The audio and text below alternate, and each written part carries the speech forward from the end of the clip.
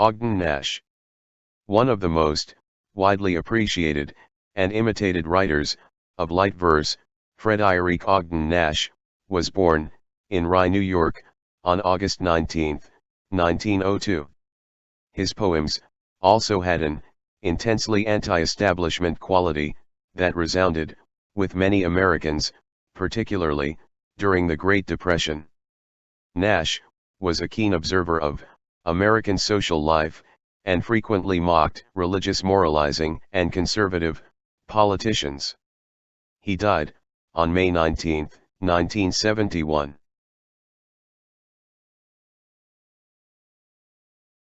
This is going to hurt just a little bit. One thing I like less than most things is sitting in a dentist chair with my mouth wide open. And that I will never have to do it again is a hope that I am against hope, hopin'. This is going to hurt just a little bit is a humorous poem by Ogden Nash. Through exaggerations and overstatements, he makes fun of the dentist and his methods of treatment. The poet begins by saying that he does not like to sit in a dentist's chair with his wide open mouth. It is ridiculous and painful. Every time he leaves the dentist's clinic, he hopes never to come back again, but he has to visit the dentist again and again, against all his hopes, to keep his teeth in good condition. Because some tortures are physical, and some are mental. But the one that is both is dental. It is hard to be self-possessed with your jaw digging into your chest. There are tortures that are physical, and some tortures are mental. But being at the dentist is both mental and physical at the same time. One can name these types of tortures as dental torture. One suffers physical torture in the form of pulling and pushing, pressing into the gum, as well as the mental torture of an uneasy sitting posture with wide open mouth and jaws digging into one's chest.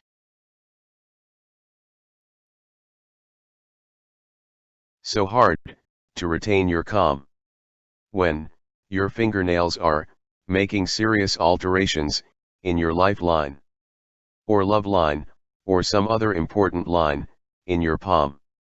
The poet is unable to keep his calm nature while sitting in the dentist's chair. Extreme pain makes him dig his fingernails deep into his palm. The poet is humorous when he says that he is making serious changes to the various lines on his palm and altering the course of his future by digging deep into his palm.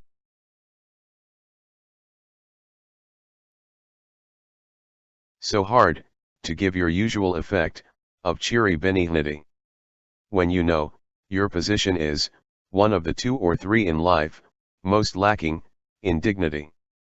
The poet says that it is very difficult to retain one's cheerful nature when one is at the dentist's chair. It is one of the rarest of situations that lacks dignity and self-respect. One cannot be the same calm and dignified individual in the dentist's chair. And your mouth is like a section of road that is being worked on. And it is all cluttered up with stone crushers and concrete mixers and drills and steam rollers, and there isn't a nerve in your head that you aren't being irked on. The poet exaggerates the works of the dentist, saying that his works are similar to that of the repairing of the road. It is a mess, with stone crushers, concrete mixers, drills, steam rollers. The poet exaggerates the equipments used by the dentist to that of road repairing ones. When the repairing of your teeth goes on, every one of you nerves, sinews, and muscles are troubled and under attack.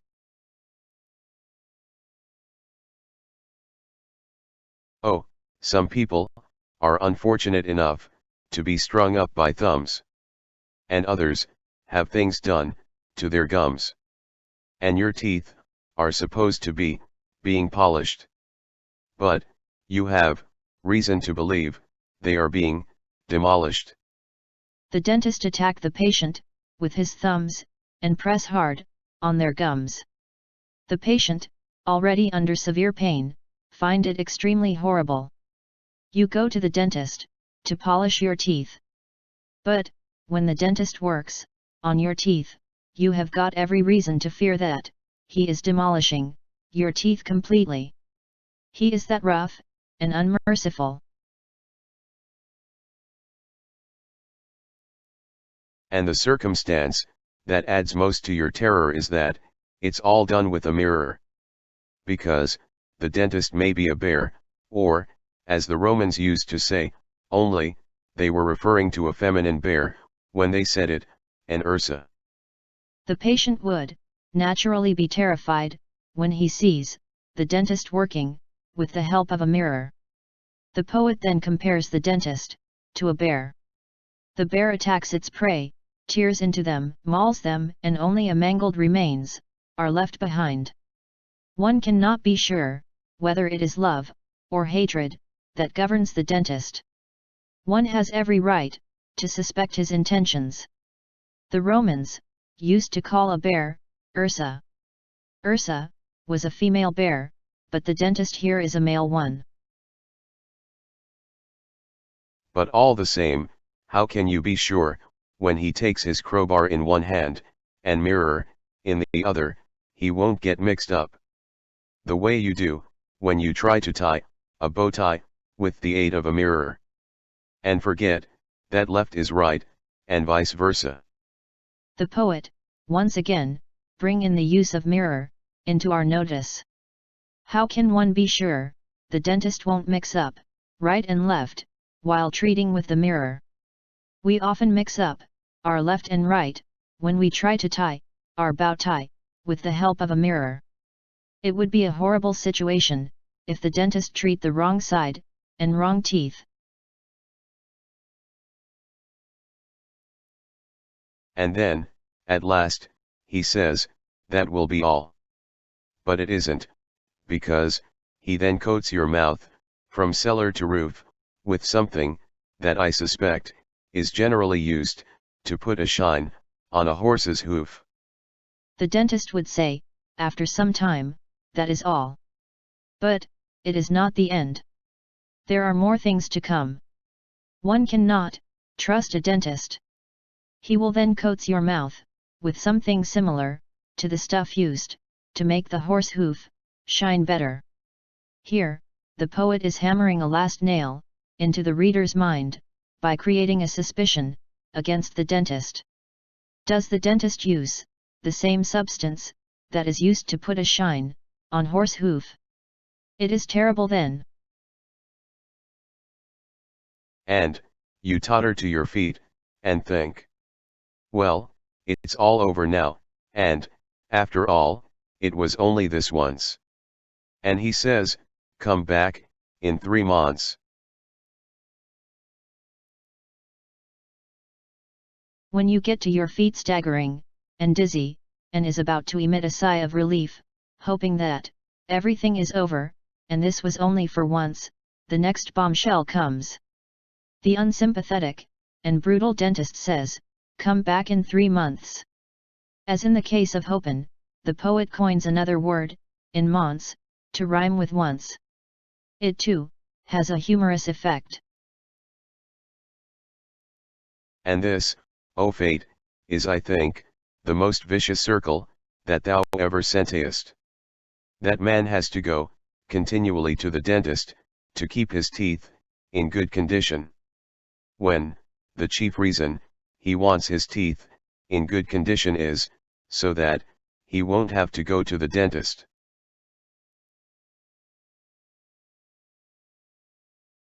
The poet is pathetic. He thinks that it is a vicious circle that the fate has asked him to suffer. One goes to the dentist to keep his teeth in good condition. But being at the dentist is something that one wishes to forget and never wants to be in. However, the dentist is like a snare that never allow one freedom. Going to the dentist is an evil cycle that never ends.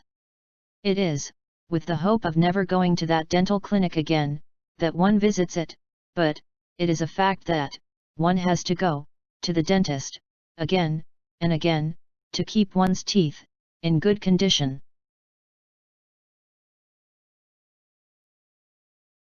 What does the poet hate more than most other things?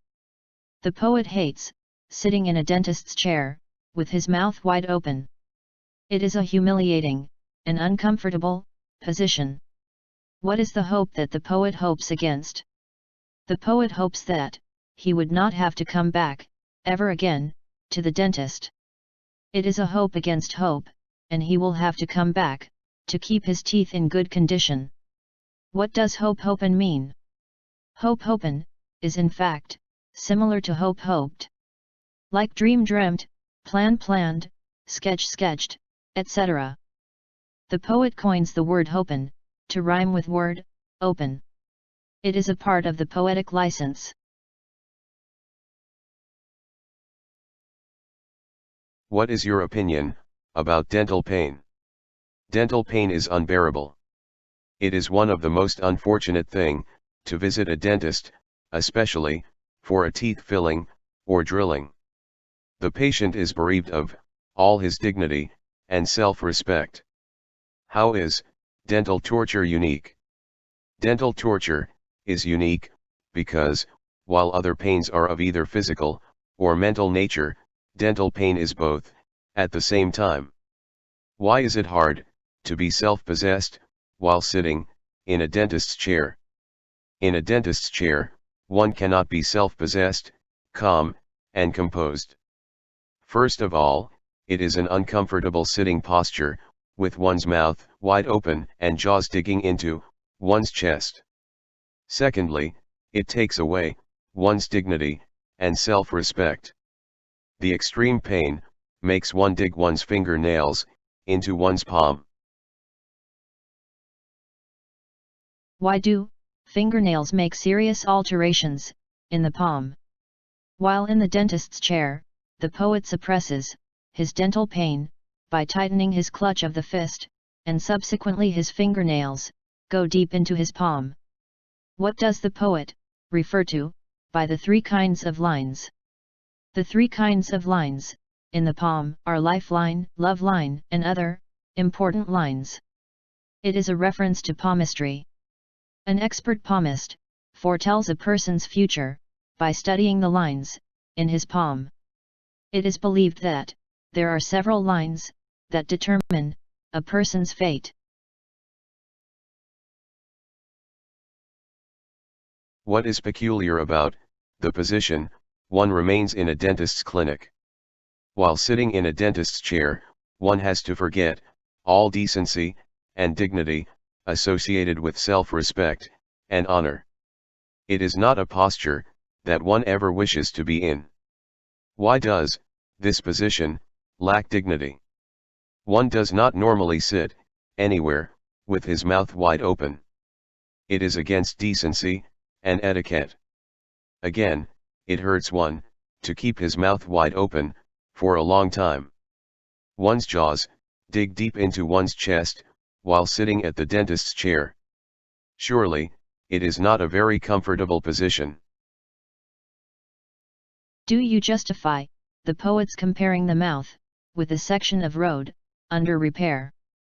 The poet's comparing his mouth with a section of the road under repair is an exaggeration. Like the road under construction, with all the stones, crushers, and concrete mixtures, the mouth undergoes a similar chaos. The dentist's tools play the role played by the crushers and mixtures, while the loose teeth fall cluttered in the mouth. What is the effect of the dental makeover upon the poet's nerves? With the dental makeover under progress, every nerve of the poet is irked, and he is in excruciating pain. Why are some people unfortunate? Some people are unfortunate at the dentist's clinic because the unfeeling dentist pushes his thumbs forcibly on the teeth, in pulling, and shaking them. What does the patient expect from the dentist? How does the dentist betray this expectation? The patient wants to get his teeth polished by the dentist, but he experiences excruciating pain, as if his teeth and mouth gets demolished. A dentist uses a mirror. Why does it add to the terror? The poet fears to be with a dentist, chiefly because the latter examines and pulls the teeth with the help of a tiny mirror. He might confuse the right and left and extract the wrong teeth. What does ursa point to? What is the connection? Ursa is the Latin word for bear. Both the dentist and a bear have the common nature of digging into their prey and causing extreme pain. Roman myth of Ursa. Callisto was a beautiful nymph, and the daughter of Lycon, king of Arcadia. She was a follower of goddess Artemis, Diana, and vowed to chastity. The god Jupiter, Zeus, noticed her and was smitten with her beauty. Jupiter's wife, Juno, Hera, became extremely jealous of Callisto. Some time later, Juno discovered that Callisto had given birth to a son, and decided that Jupiter must have been the father. To punish her, Juno changed Callisto into a bear, so she would no longer be beautiful. Some versions say that it was Jupiter who changed her into a bear to hide his misdeeds and to lessen Juno's anger against Callisto. Callisto's son, called Arcas, was adopted and grew up to be a hunter, while Callisto continued to live in the forest as a bear. One day, Callisto saw Arcas and was so overjoyed at seeing her son that she rushed up to him, forgetting she was a bear. Arcas thought he was being attacked and shot an arrow at Callisto. Jupiter saw the arrow and stopped it from hitting Callisto.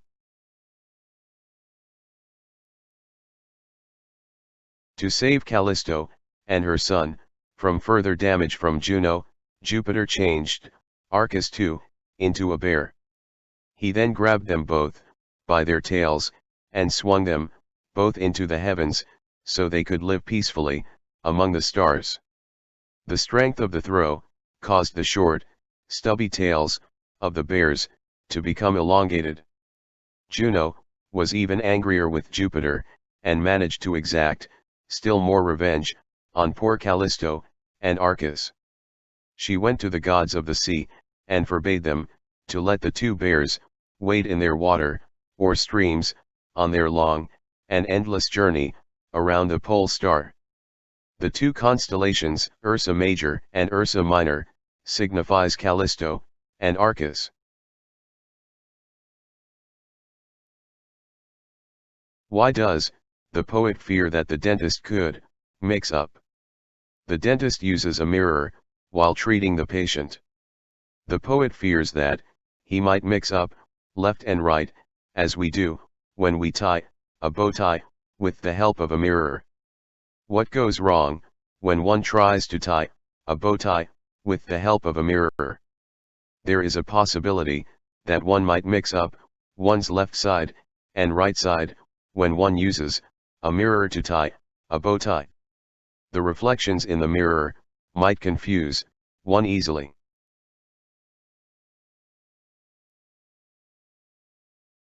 Pick out 2 instances that point to the poet's lack of trust in the dentist. The poet finds the dentist dishonest.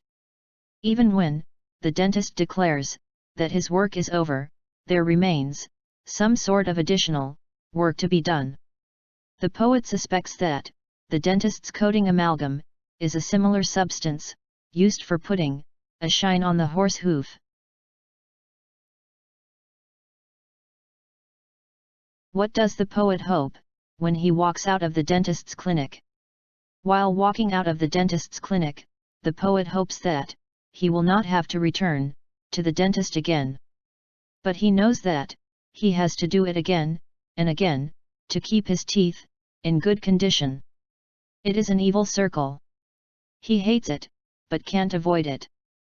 Mons. The word mons has a meaning of good, excellent, etc. But it does not fit here.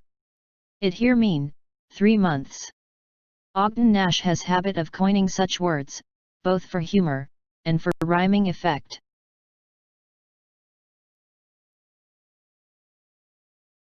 What does the poet refer to as the vicious circle? Why does he think so? One goes to the dentist with a sincere prayer and hope that he will be able to keep away from a dentist. His hope is to keep his teeth fit, so that he can keep away from a dentist. Ironically, he has to go to the dentist all the time to keep it in good condition.